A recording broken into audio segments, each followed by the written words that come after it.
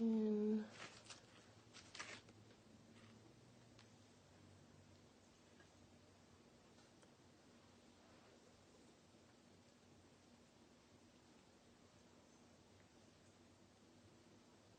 this is upwards and circular.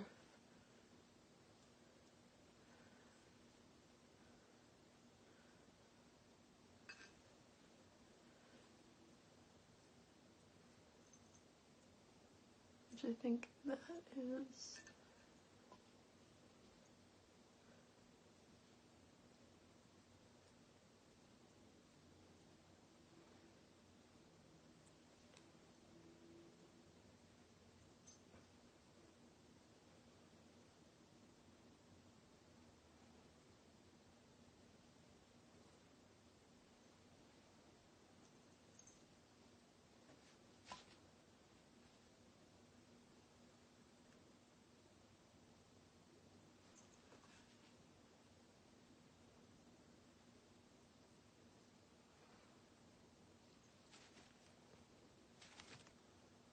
actually have a patch of eczema right here, so we'll see how it works on that.